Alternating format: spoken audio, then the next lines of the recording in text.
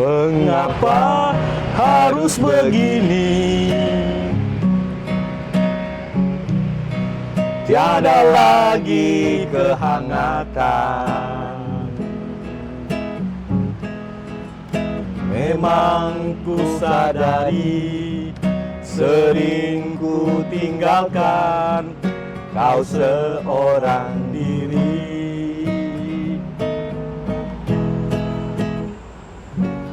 Bukannya Cukup Pak Diki, cukup. Kita sekarang berada di podcast Teriak.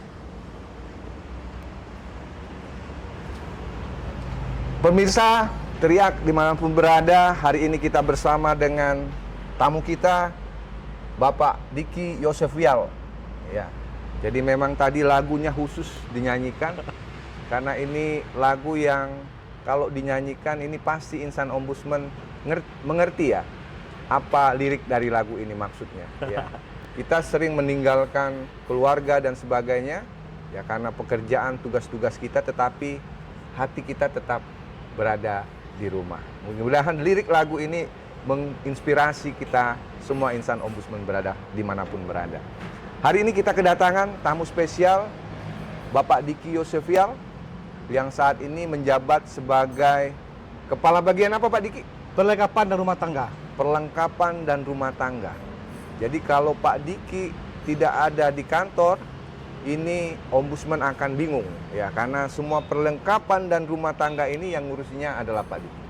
Pak Diki, kita akan bincang-bincang ini, memperkenalkan sosok kepala bagian perlengkapan dan rumah tangga yang ada di ombudsman. Mungkin Pak Diki bisa cerita awal sekali mengapa bisa gabung di ombudsman. Baik, terima kasih Pak Sekjen. Selamat sore pemirsa Teriak. Jadi mungkin kalau kita terkait profil, saya itu awalnya adalah pegawai Pemprov Sumatera Barat. Di Sumatera Barat ya? Barat ya Pak. Oke, Sumatera Jadi Barat. saya tamat STPDN itu 2003. 2003. 2003 saya langsung ditempatkan di Biro Umum Di Biro Umum? dan Protokol. Oh, Itu di Sekretariat Daerah Pemprov Sumbar. ya. Jadi hampir 2003-2005 saya bekerja. Setelah itu 2005 sampai 2007 saya ditugas pelajaran Pak, sama Tugas dulu belajar? ya, sama namanya Pak Jenderal Bakar Pak. Tugas Dulu belajar di mana itu? di Pemprov Sumbar Pak. Bukan, tugas belajarnya Di di... Gajah Mada. Berarti di Jogja? Ya, benar Pak. Oh. Tepat sekali Pak. Di Jogja. Oke, sebelum kita lanjut Pak Diki, Iya. karena tadi disebut-sebut tugas belajar di Jogja, Iya. nah, kita ingin tahu dulu Pak Diki, pengetahuannya tentang Jogja itu seberapa besar? Jogja itu memang sangat indah Pak. Jadi kalau saya bicara itu Indah ya?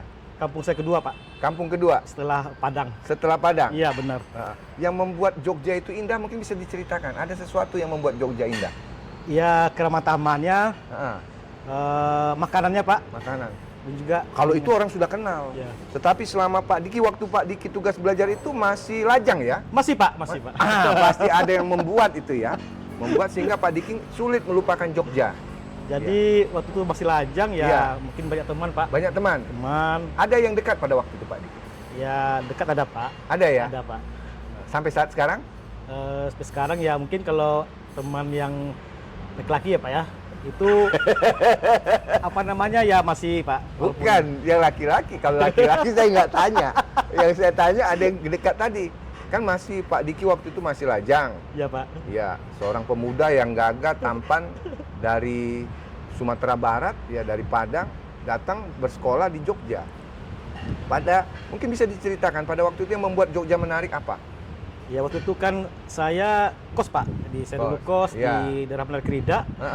Kemudian pas kos tuh ini ada gempa Pak, jadi Gempa. waktu itu gempa bumi Iya, 2005. Jadi waktu itu kos saya itu lantai 2 Pak. lantai 2. Lantai 2, kemudian kan saya apa namanya ya kenal lah dengan beberapa teman Pak. Teman, kemudian ada seorang perempuan Pak yang ngomong ayolah. Kebetulan rumah dia itu memang tahan gempa Pak di bawah. Heeh. Ya. Oh, jadi berlindung di rumah itu? Ya, sama Oh. kami ada berdua Pak. Oh. Teman. Heeh.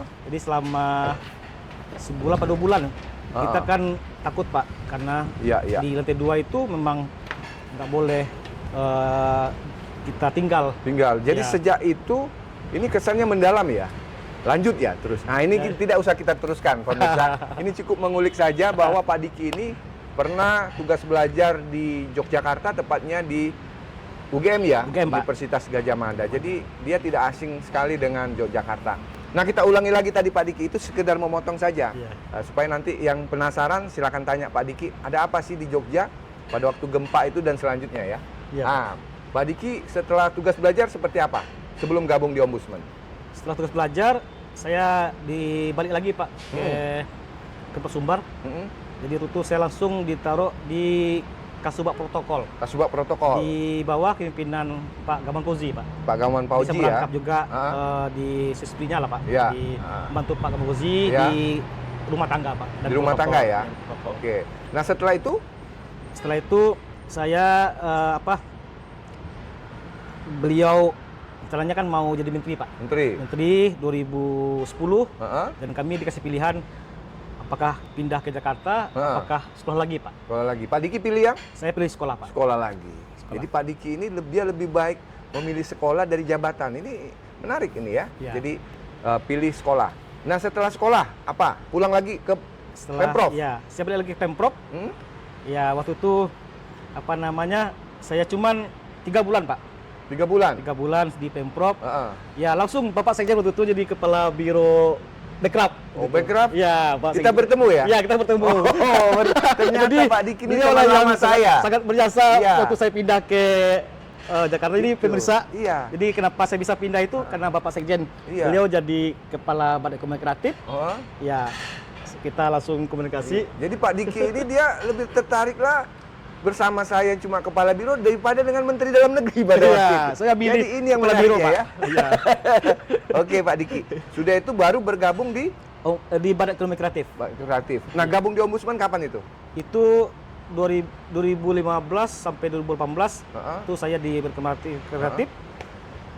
2019 awal Pak. Saya gabung di Ombudsman. Di Ombudsman. Ya, Nah Pak Diki, mengapa lebih cenderung gabung di Ombudsman padahal banyak nih kementerian lembaga lain yang ya dari prospek mungkin penghasilan dan kedepannya, tetapi Pak Diki memilih bergabung di Ombudsman. Ada apa di Ombudsman sehingga bisa bergabung di Ombudsman? Ya, saya merasa waktu itu pertama waktu saya di Ekonomi Kreatif Pak, ya kami kan sering pergi Pak. Sering pergi. Seperti lagu tadi ya? Ya, sering pergi.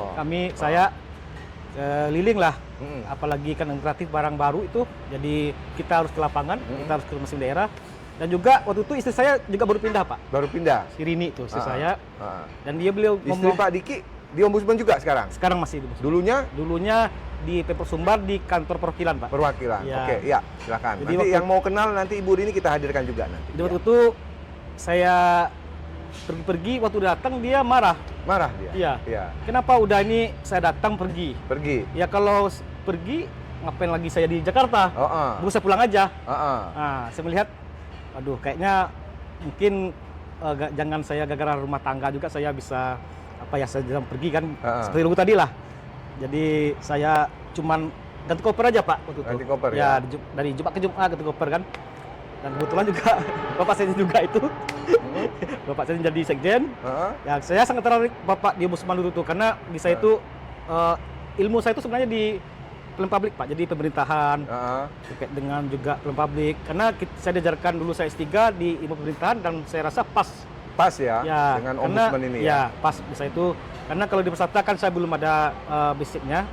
Kemudian juga untuk menjaga keluarga juga tetap harmonis. Dan juga saya rasa ilmu saya memang ada di Ombudsman Pak. Jadi Ombudsman ini sebagai pilihan Pak Diki untuk menjaga keutuhan keluarga ya, supaya jangan pulang pagi, pergi pagi pulang pagi ya. Iya Pak. Benar. Dan juga untuk ilmu saya supaya lagu tadi mengapa harus begini tadi, itu juga dihindari lagi ya. Nah Pak Diki. Jadi artinya sudah bergabung ya, sudah banyak tempat ini Ombudsman. Nah Pak Diki mungkin saya ada beberapa pertanyaan silakan dijawab ya. Ada pilihan, setiap pertanyaan itu bisa dipilih, tidak ada yang salah. Mana yang kira-kira Pak Diki lebih condong untuk menjawab ya. Pertanyaan pertama, ya. Padang atau Jogja? Apa bisa milih Pak? Dua-duanya Pak sebenarnya. Pilih satu, Padang atau Jogja? Dulu awalnya Jogja Pak. Dulu Jogja? Dulu Jogja, sekarang Padang. Oh, itu dulu Jogja itu waktu ngambil S2 ya? Iya Pak. Sekarang Padang? Iya. Oke. Ini mungkin takut, ini karena menonton nanti salah satunya audiens teriak ini ya. Oke, itu yang pertama. Nah ini pertanyaan lagi, karena ini antara Jogja dengan Padang ini banyak sekali yang sangat menarik ya. Gudeg atau rendang? Rendang Pak. Rendang dia ya. Rendang. Rendang ya? Rendang. Nah, nggak usah saya ditanya lagi, nggak perlu ya? Nggak perlu ya? Tapi waktu di Jogja kemarin, waktu tugas belajar itu gudeg pilihannya? Gudeg Pak. Nah, sekarang kembali ke rendang. Oke Pak Diki, ini Pak Diki kan di rumah tangga artinya mengurusi rumah tangga ya, barang milik negara. Nah Pak Diki mungkin ini ada lagi pilihan ya, silakan Pak Diki jawab. Pak Diki rapat di dalam kantor atau di luar kantor? Dalam kantor Pak. Di dalam kantor ya? Iya. Serius nih? Serius. Serius. Ngapa pilihan rapat di dalam kantor? Karena bisa pulang sama-sama dengan istri Pak. Oh, ini romantis sekali ya Pak Diki Iya, ya. iya. Iya, bisa pulang sama bareng-bareng dengan istri. Istri, Pak. Iya. Tapi hari ini ada di Jogja nih, istrinya ada nggak? Tinggal dulu Pak. Tinggal. Oke, Pak Diki, ada lagi pertanyaan mungkin ini bisa dijawab ya. Manual atau elektronik? Kalau di rumah tangga manual Pak. Manual ya. Mungkin bisa dijelaskan sehingga bisa Karena diketahui. di rumah tangga itu banyak dokumen-dokumen. Dokumen-dokumen yang harus tangan basah. tanda tangan basah ya. Ya, jadi- Mungkin bisa salah satu contoh Contohnya dicontohkan. SPJ. Jadi saya menemukan tiap hari saya tanda tangan SPJ, mau japim, mau makan sehari-hari, mau perdin itu harus basah. Pak. Jadi Harus basah manual. ya? Mau pengadaan juga harus tanda tangan basah. Pak. Tanda tangan basah. Artinya itu yang sampai saat sekarang yang memang keuangan. tugas-tugas yang Pak Ya. Diki hadapi harus Aktivitas. bersifat tanda tangan basah manual ya, manual. seperti itu ya. Nah, pilihan lagi nih Pak Diki. Jadi pilihan tadi, kalau Pak Diki ini memang spesial ya. Pertanyaan-pertanyaannya ini khusus dari lubuk hati ini hanya. Ya. Ini sekarang nih kalau dipilih ya Pak Diki ini mungkin akan sulit menjawabnya. Ya. Sekarang kalau Pak Diki ditawarin ini kan banyak nih kementerian lembaga baru ya. Nah, Ombudsman atau kementerian lembaga baru?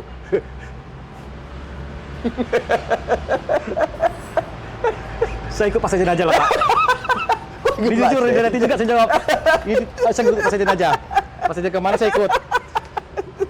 Oh, ini Pak Diki ini ya. Mungkin iya ada apa dia dengan Pak Sekjen ini ya sehingga Iya. dia mau ikut Iya, ya. Saya ikut. Oke. Itu tadi. Nah, Pak Diki ini pertanyaan lagi ya. Pertanyaan lagi yang mungkin bisa dijawab ya. Olahraga atau tidur? Tidur Pak.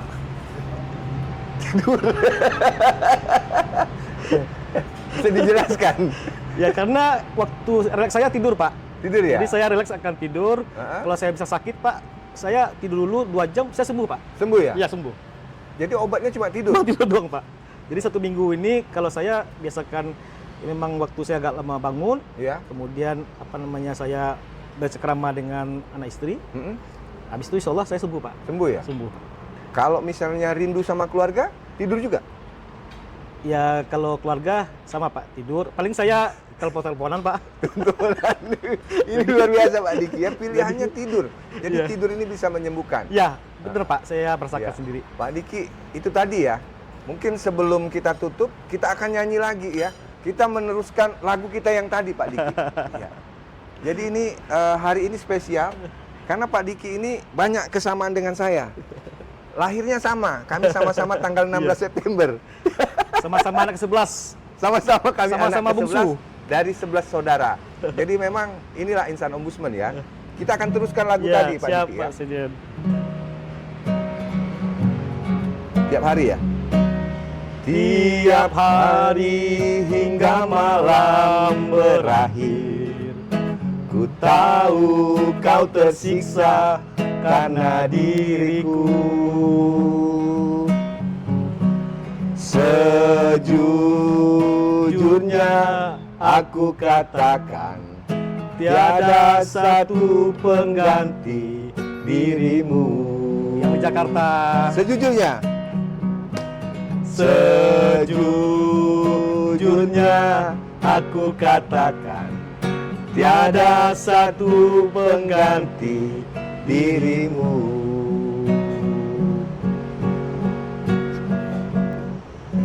Mudah-mudahan ini kecintaan kita terhadap Ombudsman. Cinta selalu. Ya, tidak ada satupun pengganti organisasi seperti Ombudsman. Ya, love Ombudsman. Di mana integritas, profesional dan adil itu terus kita jaga. Inilah yang merupakan kebanggaan kita. Pemirsa, dimanapun berada, mungkin ini spesial. Ya, kami memulai dengan lagu dan menutup dengan lagu. Satu hal yang mungkin Pak Diki bisa sampaikan kepada pemirsa, nilai-nilai apa yang supaya nilai-nilai ini tetap kita jaga sebagai insan Ombudsman. Baik, terima kasih Pak Sekjen. Mungkin banyak yang saya dapat dari Ombudsman, Pak, terkait dengan nilai-nilai integritas yang terus Bapak tularkan pada kami, Pak. Bagaimana kita bertindak, bersikap, dan berbuat. Jadi kita harus sama dengan perkataan dan perbuatan. Dan kita berharap semoga Ombudsman selalu jaya dan selalu terus diberi kesehatan. Mungkin demikian, Pak. Oke, terima kasih. Kita harus sama antara perkataan dan perbuatan. Mudah-mudahan itu menjadi ciri khas kita untuk insan Ombudsman dan pemirsa dimanapun berada. Terima kasih, tetap saksikan podcast kita ini. Subscribe, like, dan share. Juga jangan lupa komen untuk perbaikan-perbaikan ke depan. Terima kasih. Sampai jumpa di podcast selanjutnya. Selamat.